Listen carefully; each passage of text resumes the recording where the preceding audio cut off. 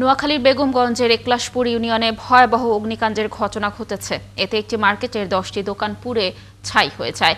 অন্তত 1 কোটি টাকার ক্ষতি হয়েছে বলে দাবি ক্ষতিগ্রস্তদের। সোমবার রাতে অন্তপুর চৌরাস্তায় এই অগ্নিকাণ্ডের ঘটনা ঘটে।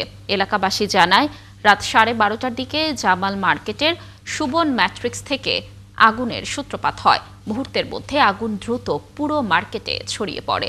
মাইজদি ফায়ার সার্ভিসের 2টি ইউনিট পৌঁছে স্থানীয়দের সহযোগিতায় আগুন নিয়ন্ত্রণে আনে, কিন্তু তার আগে দোকানগুলোতে থাকা নগদ টাকা, মূল্যবান মালামাল, মেশিন ও যন্ত্রপাতি পুড়ে ছাই হয়ে যায়।